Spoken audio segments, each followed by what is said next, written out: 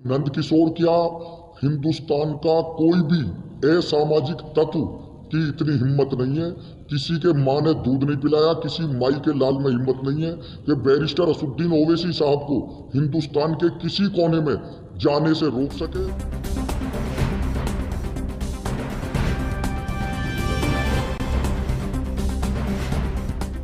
Colada से विधानसभा एआईडी के प्रत्याशी हैं और आप लोगों पर आरोप लगे हैं कि जो ओवैसी साहब पर 86 टोल टैक्स पर जानलेवा हमला हुआ था उसमें कहीं ना कहीं आप लोगों के संबंध की बात सामने आ रही है। पूरा मामला क्या था, पूरा प्रकरण क्या था, जानना चाहिए आप।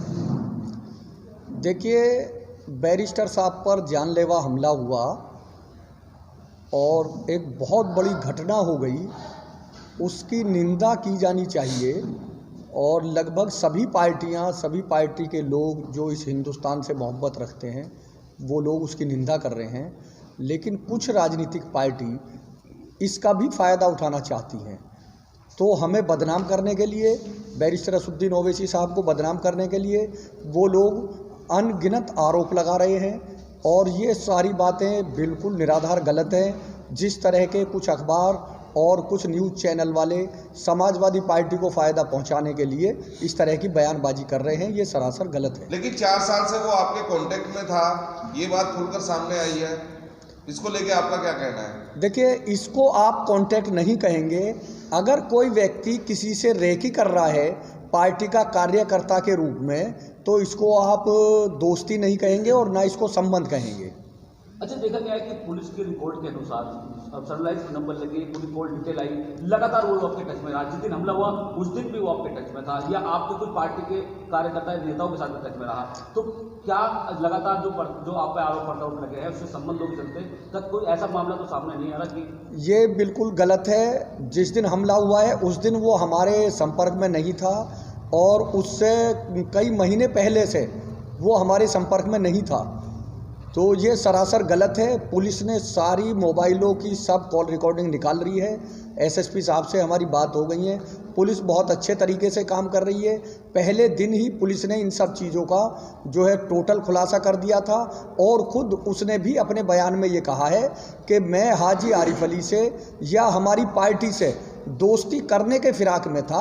वो ये चाहता था कि दोस्ती करके तब उनका मर्डर किया जाए, लेकिन हमारे यहाँ से उसे कोई रेस्पॉन्स नहीं मिला, कोई तवज्जो नहीं दी गई।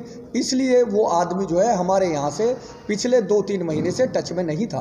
अच्छा, आरोपियों ने पूछताछ में बताया कि मेरठ के कुछ जो पार्टी पदाधिकारी है और उनसे के संपर्क में लगातार हो रहा, यहाँ से संपर्क में रहा, उनकी हर रैली में शामिल हुआ।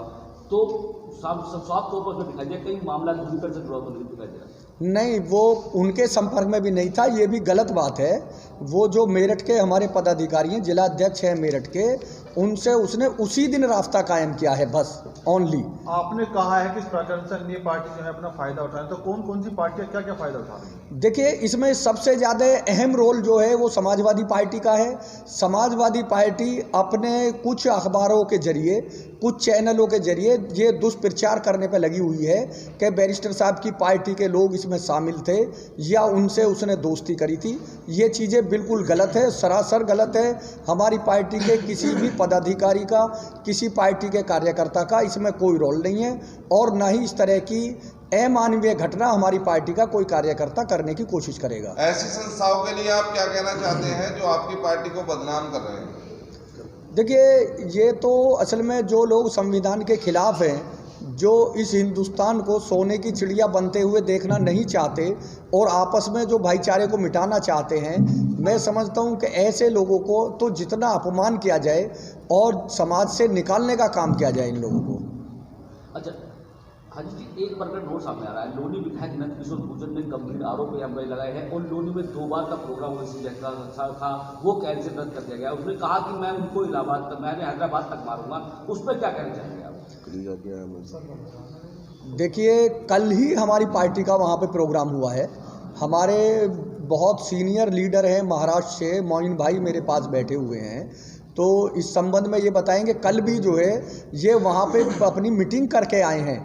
तो नंदकिशोर क्या, हिंदुस्तान का कोई भी असामाजिक तत्व की इतनी हिम्मत नहीं है, किसी के माँ ने दूध नहीं पिलाया, किसी माई के लाल में हिम्मत नहीं है कि बैरिस्टर असदुद्दीन ओवैसी साहब को हिंदुस्तान के किसी कोने में जाने से रोक सके।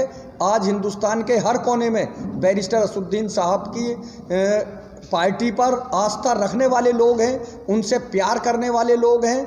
तो ये सब लोग जो है हिंदुस्तान को बिगाड़ने की तरफ ले जाने वाले लोग हैं। किसी में हिम्मत नहीं है कि बैरिस्टर असदुद्दीन ओवैसी साहब को कहीं आने से रोक सके। उन्होंने साफ तौर पर डोली विधायक ने साफ तौर पर कहा कि यहाँ पर ओवैसी की रैली नहीं होने दी जाएगी, उसी कड़ी में उनकी रैली को रद्द करना पड़ा है, साफ तौर पर बोल रहा है। कल तो हुई, देखिए कल उनकी रैली हुई है वहाँ पे बैरिस्टर साहब किसी कारण की वजह से नहीं आ सके, वो उनका अपना कारण है, ना कि नंद किशोर जैसे कुत्तों से या उसके जैसे दलालों से डर के वो यहाँ पे नहीं आए। ऐसे 1000 आदमी भी उन्हें रोकने की कोशिश करेंगे तो बैरिस्टर असदुद्दीन ओवैसी साहब रुकने वाले नहीं हैं। हाजी जी, आपसे बात करें कि जैसे कल अमित शाह ने बात रखी है, कहा है कि ओवैसी जी को जो है सिक्योरिटी लेनी चाहिए, तो इस बारे में क्या कहना है आपका? क्या सिक्योरिटी ले पाएंगे दोबारा से? देखिए बैरिस्टर साहब का कहना यह है कि जब फैलू खान की हत्या हो सकती है, कासिम की हत्या हो सकती है और हमारे सैकड़ों भाइयों की दिन दहाड़े हत्या हो सकती है, और इससे बड़ी घटना क्या होगी कि मेन रोड पे NH9 पे जहां सेकंडों में बहुत सारी गाड़ियां आती हैं, वहां पे आदमी सेफ नहीं है। उनका कहना यह है कि मेरे हिंदुस्तान के नागरिक को आप भय मुक्त कीजिए कि वो कहीं आता जाता न डरे। अगर मेरे हिंदुस्तान के नागरिक की सुरक्षा हो गई तो मैं खुद सुरक्षित रहूँगा। इसलिए क्योंकि वो कितनी बड़ी सुरक्षा कर दें, उस सुरक्षा में हमारे यहाँ प्रधानमंत्री को भी मारा गया, हमारे यहाँ मुख्यमंत्री को भी मारा गया, तो उस सुरक्षा का कोई मायने नहीं है। वो कहते हैं कि आम नागरिक सुरक्षित रहना चाहिए, मैं खुद सुरक्षित हूँ, इसलिए उन्होंने सुरक्षा लेने से